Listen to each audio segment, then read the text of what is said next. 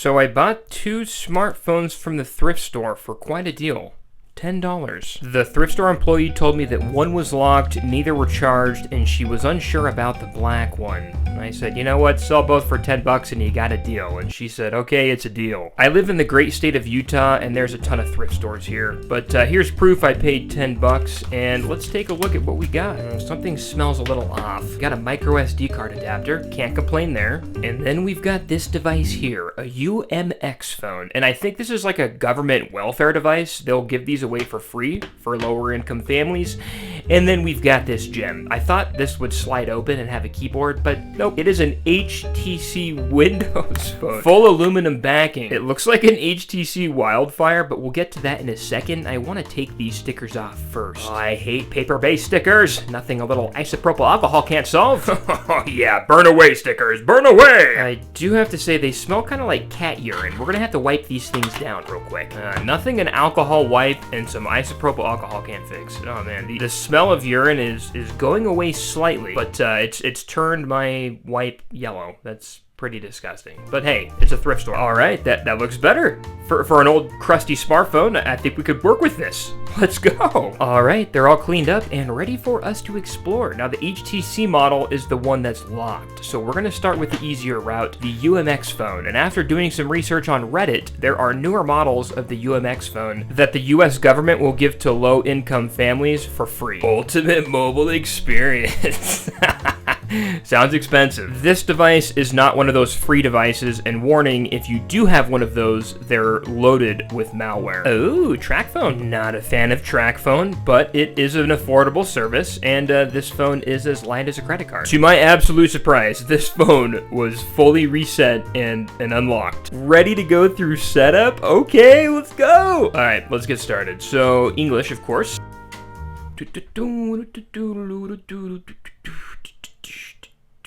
Turn the volume up, make sure the volume rockers work, because I haven't tried that yet. Okay, nice.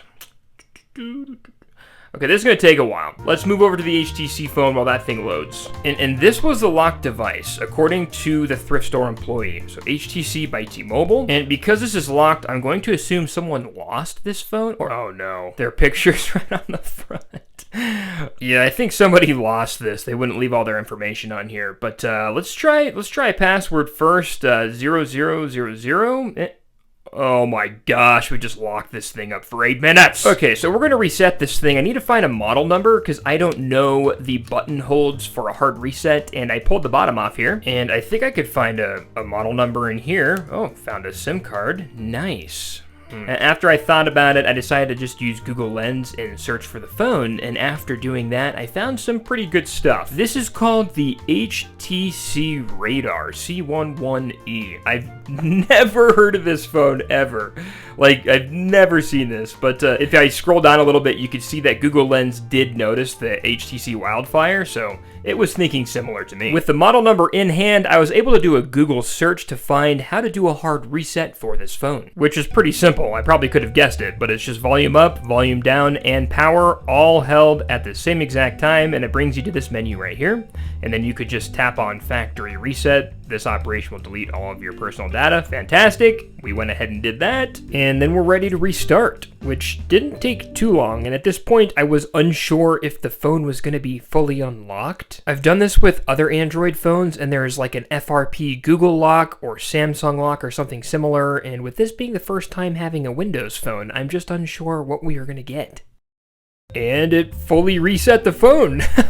I wasn't sure if it was going to work, but I'm going to skip through setup right here and just show you guys that I got into the phone and there weren't any locks. We're good to go. It looks like Windows 7, I believe, and this is like the first time I've ever used a Windows phone, and it's kind of looks all jumbled up to me. But I feel like the UI was future-proof. It aged well. It still looks modern. It doesn't look like a, 12-year-old smartphone. Like with Android, I could just swipe down from the top and get to settings. And with this, you click the arrow, then go to settings. And I guess this looks nice. But here's some of the specs. These are very high-level specs, but it's HTC Radar. Ooh, 4G. Oh, okay. And here's some additional specs. You might want to pause the video to go through these if you're interested. Knowing it was 4G, I was curious to know know if I could make a phone call with my T-Mobile SIM card. So I took the bottom off and put my SIM card into a SIM adapter, and unfortunately, when I put it all back together, there was still no signal. T-Mobile can actually still connect to 2G towers until April of this year, so I figured I may as well try. And yes, I went into the cellular settings and fiddled around with those, but it just searched forever, and I was stuck here for like 15 minutes. Eventually, I just gave up, but don't worry, I will keep the SIM adapter here for safekeeping. After doing some research, I found that the phone has a 5 megapixel back camera, so I think we need to try that out now. This is my first time using a Windows Phone camera, but it looks basic enough and easy to use. Let's snap a couple pictures. Hello, Samsung Galaxy Y. Are you ready for a photo shoot? Okay, here we go. That shutter sound is painful. The video doesn't do justice, but these photos are actually not bad at all. They're actually pretty dang good for a 2012 phone. It's also got a selfie cam, and the selfie cam works. I'm sorry that my face ruined it, but hey, not bad. Not bad. Again, I've never used a Windows phone, so navigating this thing is just a little bit confusing. Like, I'm not sure which words to click on when I want to navigate somewhere. Like, we got pictures, and then what's new, and I try to click on that, and I can't, but then set up account, it works. Maybe it's because it's so old, I think that's probably the case. And I do have to say, the HTC ringtone right here is the best ringtone I've ever heard in my life.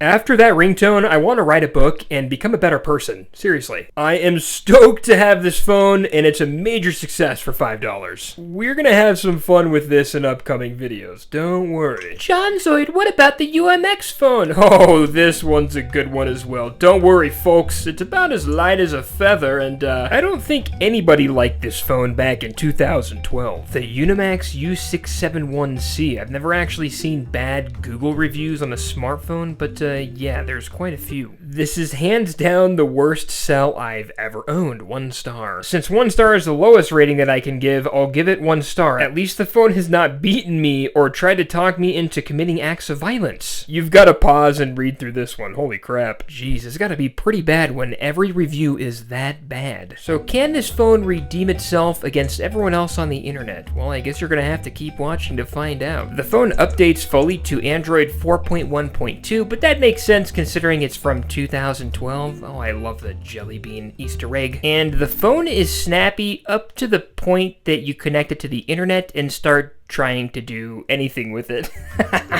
I tried opening the Play Store to install some applications, but it took so long I said heck with it, and I decided to insert a micro SD card. Considering it had a slot, I thought it would be a perfect idea. I inserted my micro SD card that has a bunch of APKs on it for easy installation, thinking that this would be the easiest route. Well, that's what I thought. Here's the weird part. Once I had the SD card installed, the phone doesn't have a file manager application, which is pretty standard on all Android phones. And I thought I was doing something wrong. I spent a good hour trying to find the file manager, and this is what's weird. When you go into the settings and then the apps, and you go to look at all the applications, and you scroll down, you can actually find the file manager, but the file manager is not accessible anywhere. Like, it just doesn't work. So you can't view anything on a micro SD card. So to download a file manager, I was forced to go to the Play Store because I also tried to go to Chrome on the phone and download an APK,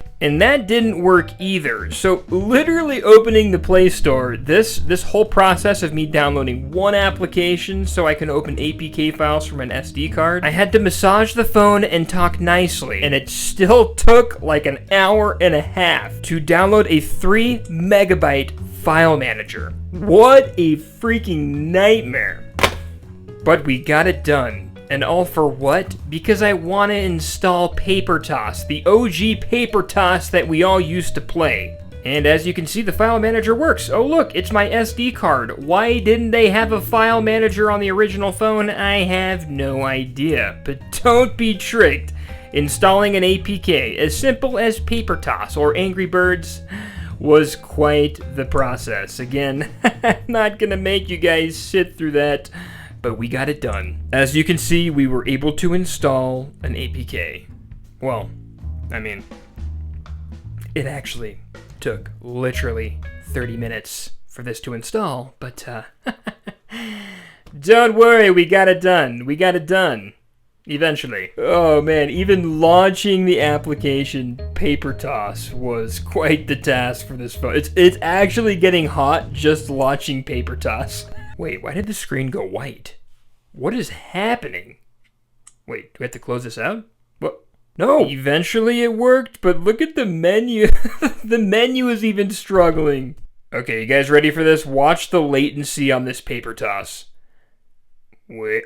Oh! The paper got frozen in time. Okay, let's go another one. Oh man, it's so slow. It's like a 2-second delay. Good times, but not really. Hey, it takes photos. And the camera shutter sounds like a cat sneeze. 5 megapixels, not bad for 2012. Oh, but the ringtones on this thing? Oh man, the selection is wild. Dude, like this one? Got a little country feel in there? And this one? Oh, dude. Don't get me started on this one. Oh man, this phone's a mess, but I really love the ringtones. The ringtones are great, and overall I had fun playing with it. Maybe I can optimize this thing to make it run a little better, but the experience was pretty accurate to what I saw on the internet. I don't know if I'll be ever turning this on again. In the end, I totally think it was worth the $10 for both of these phones. I do have to say, I favor the HTC Radar way over this thing. It was not the ultimate mobile experience I wanted it to be, but hey, can't be $10 for 2 phones. Or can we? Either way, you guys are going to see more of this phone on the channel, so be sure to subscribe, especially if you like content like this, which I release every Saturday morning. Thanks for watching, guys, and we'll see you on the next one. Peace.